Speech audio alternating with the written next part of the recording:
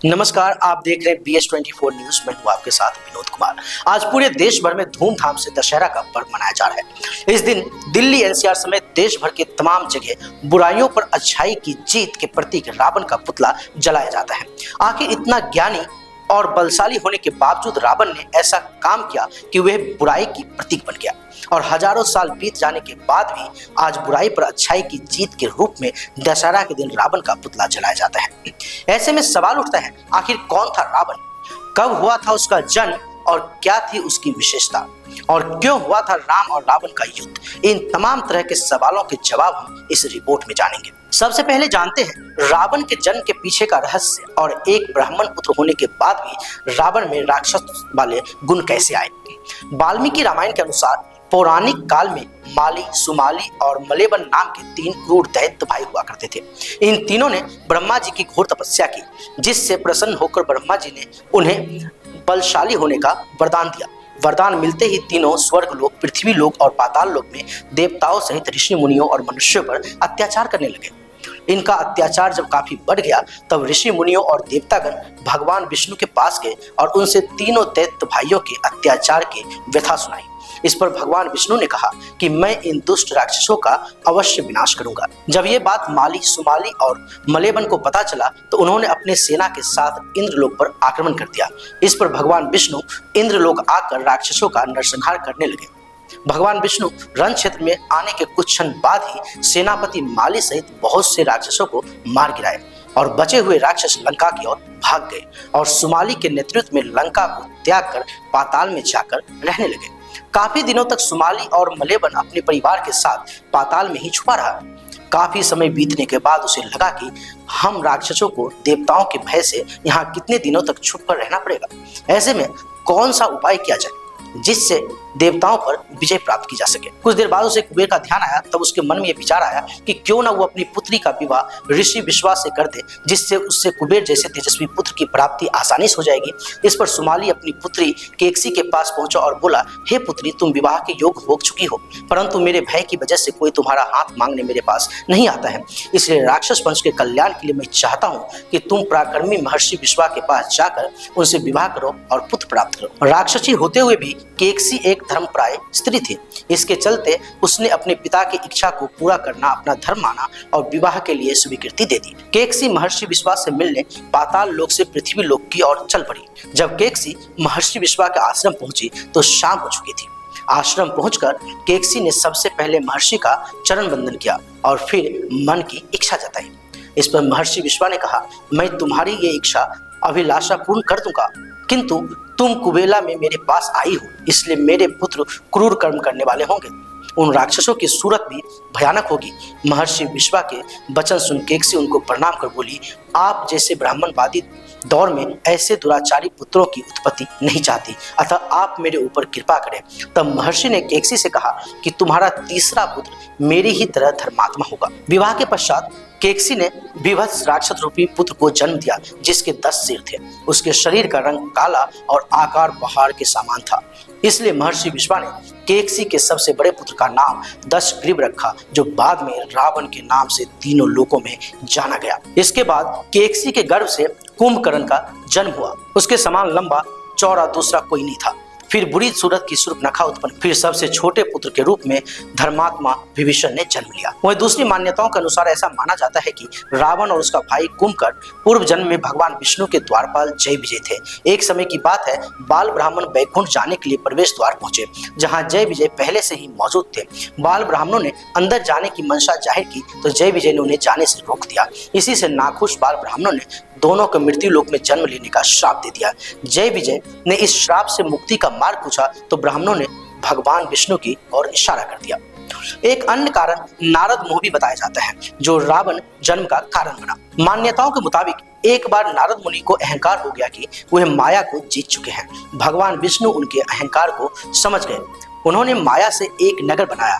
नारद मुनि माया के प्रभाव में उस नगर में पहुंच गए और वहां के राजा से मिले। राजा ने मुनि को अपनी कन्या का हाथ दिखाया और विवाह योग्य वर के बारे में पूछा। कन्या को देखते ही नारद मुनि उस पर मोहित हो गए। नारद मुनि ने राजा से कहा कि कन्या का स्वयंवर रचाइए, योग वर मिल जाएगा। इतना कहकर नारद वैकुंठ पहुंचे और मन की बात बताई। उन्होंने कहा कि प्रभु, संसार में आपसे कोई सुंदर नहीं है, मुझे हरिमुख यानी आप अपना रूप दे दीजिए। भगवान ने फिर पूछा, क्या दे दूं? नारद बोले, हरिमुख। प्रभु, हरिमुख संस्कृत में हरि का एक अर्थ बंदर भी होता है। माया रस में भगवान विष्णु ने नारद मुनि को बंदर बना दिया। नारद जी यही रूप लेकर स्वयंवर गए। वहां शिव जी ने विष्णु के कहने पर अपने 2 गणों को भेज रखा था। स्वयंवर में नारद मुनि उछल कूद कर अपनी गर्दन आगे कर रहे थे कि कन्या उन्हें देखे और उनके गले में वरमाला डाल दे। उनकी यह हरकत देख कन्या हंस पड़ी और शिव जी के भेष बदलकर पहुंचे गणों ने भी उनका उपहास उड़ाना शुरू कर दिया। कहने लगे, कन्या को देखकर बंदर भी स्वयंवर के लिए आ गए। अपना मजाक उड़ाता देख नारद ने दोनों को श्राप दिया कि तुमने मुझे बंदर कहा, जाओ तुम लोगों को मृत्यु लोक में बंदर ही सबक सिखाएंगे। शिवाजी के दोनों गण रावण और कुंभकर्ण बने। इसके बाद नारद ने देखा कि कन्या ने जिसके गले में वरमाला डाली वह खुद ही श्री हरि है। तब नारद ने उन्हें श्राप दिया कि जिस तरह तुम मेरी होने वाली पत्नी को ले गए और मैं वियोग विलाप कर रहा हूँ, एक दिन तुम्हारी भी पत्नी का हरण होगा और तुम विलाप में बन बन भटकोगे। इस तरह राम और रावण का जन्म होना तय हो गया। विश्वामुनि और केकसी के विवाह के बाद केकसी के गर्भ से रावण, कुंभकर्ण व विभीषण का जन्म होता है। ऋषि शुक्राचार्य रावण, कुंभकर्ण और विभीषण से कहा कि देवता राक्षसों पर अत्याचार कर रहे हैं, इसलिए असुरों की रक्षा के लिए महादेव की तपस्या करो और अमर होने का वरदान मांगो। इसके बाद तीनों भाई कठोर तपस्या करने लगते हैं। शिव को प्रसन्न करने के लिए रावण ने 10 बार अपना सिर काट कर उन्हें चढ़ा दिया। इससे प्रसन्न होकर महादेव तीनों भाइयों को मनचाहा वरदान देते हैं। रावण को भगवान ब्रह्मा से वरदान मिला, मनुष्य और बानर के अलावा कोई भी उसे नहीं मार सकेगा। रावण को अपनी शक्तियों पर बहुत घमंड था और वह खुद को देवताओं से श्रेष्ठ मानने लगा था। रावण ने कुबेर को बंदी बनाकर उनके साम्राज्य पर कब्जा कर लिया था। वह राक्षसी सेना के साथ धार्मिक अनुष्ठानों में बाधा पहुंचाता था, ऋषियों और देवताओं को परेशान करता था। रावण का अत्याचार इस कदर बढ़ गया था कि उसके अत्याचारों से पृथ्वी कांप उठी थी। ऋषियों ने इंद्रदेव के दरबारों में जाकर अपनी वेदना सुनाई। देवताओं ने भगवान विष्णु की स्तुति की। फिर आकाशवाणी हुई कि वे अयोध्या के राजा दशरथ के यहाँ जन्म लेकर रावण का अंत करेंगे। रावण के अत्याचारों की वजह से कई लोगों ने उसे श्राप दिया था। अयोध्या के राजा दशरथ को पुत्र नहीं हो रहा था, इसलिए उन्होंने पुत्र प्राप्ति के लिए यज्ञ किया। इस यज्ञ में गुरु वशिष्ठ और श्रृंग ऋषि ने नेतृत्व किया था। यज्ञ के बाद राजा दशरथ ने प्रसाद अपनी तीनों पत्नियों कौशल्या, सुमित्रा और केकई को दिया। प्रसाद के फलस्वरूप तीनों रानियों ने गर्भाधारण किया और इस प्रकार चैत्र माह के शुक्ल नवमी के पावन दिवस पर श्री राम का जन्म हुआ। रामलला का बाल रूप इतना आकर्षक था कि उन्हें देखने वाला प्रत्येक व्यक्ति मोहित हो जाता था। फिर शुभ नक्षत्र में केकई और सुमित्रा ने भी अपने अपने पुत्रों को जन्म दिया। केकई का एक और सुमित्रा के 2 पुत्र बेहद तेजस्वी थे। महर्षि वशिष्ठ ने महाराज के पुत्र का नाम रामचंद्र, भरत, लक्ष्मण और शत्रुघ्न रखा। राजकुमारों के बड़े होने पर आश्रम की राक्षसों से रक्षा के लिए ऋषि विश्वामित्र राजा दशरथ की आज्ञा से राम और लक्ष्मण को अपने साथ ले गए। इस दौरान राम ने तारका और सुबाहु समेत कई राक्षसों को मार डाला और लक्ष्मण ने राक्षसों की सारी सेना का संहार कर डाला। जनकपुर में धनुष युग हेतु राजा जनक के निमंत्रण मिलने पर विश्वामित्र राम और लक्ष्मण के साथ उनकी नगरी मिथिला आ गए। रास्ते में राम ने गौतम मुनि की स्त्री अहिल्या का उद्धार किया। मिथिला में राजा जनक की पुत्री सीता का स्वयंवर का भी आयोजन था, जहां की जनक प्रतिज्ञा के अनुसार शिव धनुष को तोड़कर राम ने सीता से विवाह किया। राम और सीता के विवाह के साथ ही गुरु वशिष्ठ और गुरु विश्वामित्र के परामर्श के बाद राजा जनक की अन्य पुत्री के विवाह भगवान राम के अन्य भाई से करा दी गई। भरत का मांडवी से, लक्ष्मण का उर्मिला और शत्रुघ्न का श्रुतकीर्ति से विवाह संपन्न किया गया। राम के विवाह के कुछ समय बाद राजा दशरथ ने राम का राज्याभिषेक करना चाहा। इस पर देवता को चिंता हुई कि राम को राज्य मिल जाने पर रावण का वध असंभव हो जाएगा। व्याकुल होकर देवता लोग देवी सरस्वती से किसी प्रकार के उपाय करने की प्रार्थना की। सरस्वती ने केकई की दासी मंत्रा की बुद्धि को फेर दिया। मंत्रा की सलाह से केकई कोप भवन में चली गई। दशरथ जब मनाने आए तो कैकेयी ने उनसे वरदान मांगा कि भरत को राजा बनाया जाए और राम को 14 वर्ष के लिए वनवास भेज दिया जाए। राम के साथ सीता और लक्ष्मण भी वन चले गए। श्रृंगवेरपुर में निषाद राज ने तीनों की बहुत सेवा की। काफी विनती करने के बाद केवट ने तीनों को गंगा नदी के पार उतारा। प्रयागराज पहुंचकर राम ने भरद्वाज मुनि से भेंट की। वहां से राम यमुना स्नान करते हुए वाल्मीकि ऋषि के आश्रम पहुंचे और वाल्मीकि से हुई मंत्रणा के बाद राम, सीता और लक्ष्मण चित्रकूट में निवास करने लगे। उधर अयोध्या में पुत्र के वियोग के कारण राजा दशरथ का स्वर्गवास हो गया। भरत और शत्रुघ्न अपने ननिहाल में थे। ऋषि वशिष्ठ ने उन्हें बुलाया। वापस आने पर भरत ने अपनी माता कैकेयी की उसकी कुटिलता के लिए बहुत भर्त्सना की और गुरुजनों के आज्ञा अनुसार दशरथ की अंत्येष्टि किया। भरत ने अयोध्या के राज्य को अस्वीकार कर दिया और समस्त स्नेही जनों के साथ राम को मनाकर वापस लाने के लिए चित्रकूट चले गए। कैकेयी को भी अपने किए पर अत्यंत पश्चाताप हुआ। सीता के माता पिता सुनैना एवं जनक जी भी चित्रकूट पहुंचे। भरत तथा अन्य सभी लोगों ने राम के वापस अयोध्या जाकर राज्य करने का प्रस्ताव रखा, जिसे राम ने पिता की आज्ञा पालन करने और रघुवंश की रीति निभाने के लिए अस्वीकार कर दिया। भरत अपने स्नेही जनों के साथ राम की पादुका साथ लेकर वापस अयोध्या चले आते हैं और राम की पादुका को राज सिंहासन पर विराजित कर स्वयं नंदीग्राम में निवास करने लगे। कुछ समय पश्चात राम चित्रकूट से अत्रि ऋषि के आश्रम पहुंचे। अत्रि ऋषि ने राम की स्तुति की और उनकी पत्नी अनसुईया ने सीता को पतिव्रता धर्म का मर्म समझाया। फिर राम ने आगे प्रस्थान किया और शरभंग मुनि से भेंट की। शरभंग मुनि केवल राम के दर्शन की कामना से वहां निवास कर रहे थे। अतः राम के दर्शन की अपनी अभिलाषा पूर्ण हो जाने से योगाग्नि से अपने शरीर को जलाकर ब्रह्मालोक गमन कर लिया। आगे बढ़ने पर राम को जगह जगह हड्डियों के ढेर दिखाई दिए, जिनके विषय में मुनियों ने बताया राक्षसों ने अनेक मुनियों की हत्या की, उन्हीं मुनियों की हड्डियां हैं। राम ने प्रतिज्ञा की वे समस्त राक्षसों का वध करके पृथ्वी को राक्षस विहीन कर देंगे। राम और आगे बढ़ते गए। रास्ते में कई ऋषियों से भेंट करते हुए दंडक वन पहुंचे। वहां उनकी मुलाकात जटायु से हुई और राम पंचवटी में रहने लगे। पंचवटी में रावण की बहन शूर्पणखा श्री राम से प्रणय निवेदन की। राम ने अस्वीकार कर लक्ष्मण के पास भेज दिया। लक्ष्मण ने भी अस्वीकार कर दी। बातें आगे बढ़ी। लक्ष्मण शूर्पणखा की नाक काट दिए। गुस्साए शूर्पणखा खरदूषण से सहायता की मांग की और वे अपनी सेना के साथ लड़ने के लिए आ गया। लड़ाई में राम ने खर और दूषण को उसकी सेना सहित संहार कर दिया। फिर शूर्पणखा अपने भाई रावण से शिकायत की। रावण ने बदला लेने के लिए मारीच को स्वर्ण मृग बनाकर भेजा, जिसकी मांग सीता ने राम से की। लक्ष्मण को सीता की रक्षा की आज्ञा देकर राम स्वर्ण मृग रूपी मारीच के पीछे चले गए। मारीच राम के हाथों मारा गया, पर मरते मरते मारीच ने राम की आवाज में हे लक्ष्मण का कीर्तन किया, जिसे सुनकर सीता ने आशंकावश लक्ष्मण को राम के पास भेज दिया। लक्ष्मण के जाने के बाद अकेली सीता का रावण ने छल पूर्वक हरण कर लंका ले गया।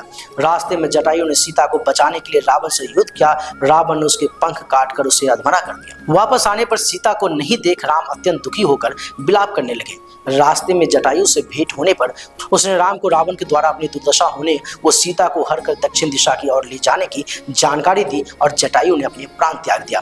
राम सीता की खोज में वन के भीतर आगे बढ़े। रास्ते में राम शबरी के आश्रम जा पहुंचे, जहां पर शबरी के द्वारा दिए गए झूठे बैर को उसके भक्ति के वश में होकर खा लेते हैं। जब श्री राम शेमुख पर्वत के निकट आ गए, उस पर्वत पर अपने मंत्रियों सहित सुग्रीव रहता था। सुग्रीव ने इस आशंका में कि कहीं बाली ने उसे मारने के लिए उन दोनों वीरों को न भेजा हो, हनुमान को श्री राम और लक्ष्मण के विषय में जानकारी लेने के लिए ब्राह्मण के रूप में भेजा, यह जानने के लिए कि उन्हें बाली ने नहीं भेजा है। हनुमान ने श्री राम और सुग्रीव में मित्रता करवा दी। सुग्रीव ने श्री राम को सांत्वना दी कि जानकी जी मिल जाएंगी और उन्हें खोजने में वे सहायता देंगे। साथ ही अपने भाई बाली के अपने ऊपर किए गए अत्याचार के विषय में बताया। श्री राम ने बाली का वध करके सुग्रीव को किष्किंधा का राज्य तथा बाली के पुत्र अंगद को युवराज का पद दे दिया। सुग्रीव ने बानरों को सीता की खोज के लिए भेजा। समुद्र तट पर पहुंचने के बाद संपाति ने बानरों को बताया कि रावण ने सीता को लंका की अशोक वाटिका में रखा है। जामवंत ने हनुमान को उनकी शक्ति को याद दिलाया और हनुमान को अपनी शक्तियों का एहसास हुआ। हनुमान जी लंका की ओर प्रस्थान किया। जब हनुमान जी अशोक वाटिका में पहुंचे तो रावण सीता को भय दिखाकर वश में करने की कोशिश कर रहा रहा था।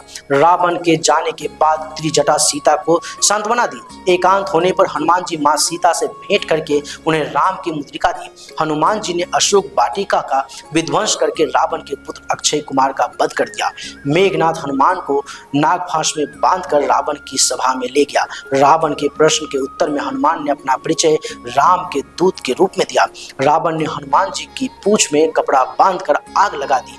आग लगाने के बाद हनुमान जी लंका का दहन कर देते हैं। लंका दहन के बाद हनुमान जी सीता जी के पास पहुंचे। मां सीता ने अपनी चूड़ामणि देकर उन्हें विदा किया। वे वापस समुद्र पार आकर सभी वानरों से मिले और सभी वापस सुग्रीव के पास चले गए। हनुमान के कार्य से राम अत्यंत प्रसन्न हुए। राम वानरों की सेना के साथ समुद्र तट पर पहुंचे। उधर विभीषण ने रावण को समझाने की नाकामयाब कोशिश की कि राम से बैर नहीं लेने की सलाह देने पर रावण ने विभीषण को अपमानित कर लंका से निकाल दिया। विभीषण राम के शरण में आ गए और राम ने उन्हें लंका का राजा घोषित कर दिया। लंका जाने के लिए राम समुद्र से रास्ते देने की विनती की। विनती न मानने पर राम ने क्रोध किया और उनके क्रोध से भयभीत होकर समुद्र ने स्वयं आकर राम की विनती करने के पश्चात नल और नील के द्वारा पुल बनाने का उपाय बताया। भगवान राम सेना सहित लंका में प्रवेश कर गए। शांति के सारे प्रयास असफल हो जाने पर युद्ध आरंभ हो गया। लक्ष्मण और मेघनाथ के मध्य घोर युद्ध हुआ। शक्तिबान के वार से लक्ष्मण मूर्छित हो गए। उनके उपचार के लिए हनुमान सुषेण वैद्य को ले आए और संजीवनी लाने के लिए चले गए। गुप्तचर से समाचार मिलने पर रावण ने हनुमान के कार्य में बाधा के लिए कालनेमी को भेजा, जिसका हनुमान ने वध कर दिया। औषधि की पहचान नहीं होने के कारण हनुमान पूरे पर्वत को ही उठा लाए। मार्ग में हनुमान को राक्षस होने के संदेह में भरत ने बाण मारकर मूर्छित कर दिया, परंतु यथार्थ जानने पर अपने बाण पर बिठाकर वापस लंका भेज दिया। इधर औषधि आने में विलंब देखकर राम प्रलाप करने लगे। सही समय पर हनुमान औषधि लेकर आ गए और सुषेण के उपचार से लक्ष्मण स्वस्थ हो गए। रावण ने युद्ध के लिए कुंभकर्ण को जगाया। कुंभकर्ण ने भी राम के शरण में जाने की असफल सलाह दी। युद्ध में कुंभकर्ण ने राम के हाथों परम गति प्राप्त की। लक्ष्मण ने मेघनाथ से युद्ध करके उसका वध कर दिया। राम और रावण के मध्य अनेकों घोर युद्ध हुए और अंत में रावण राम के हाथों मारा गया। विभीषण को लंका का राज सौंपकर राम, सीता और लक्ष्मण के साथ पुष्पक विमान पर चढ़कर अयोध्या के लिए प्रस्थान किया। इस तरह तमाम संघर्षों के बाद बुराई पर अच्छाई की जीत हुई। रावण का आतंक इतना था कि उसके आतंक से धरती कांप उठी थी और उसके खात्मे के लिए स्वयं भगवान को अवतार लेना पड़ा। इसी बुराई पर अच्छाई की जीत को दर्शाने के लिए हर साल विजयदशमी के दिन देश भर में रावण के पुतलों का दहन किया जाता है। फिलहाल अब तक के लिए इतना ही। तमाम तरह की खबरों के लिए बने रहें BS24 न्यूज के साथ। धन्यवाद।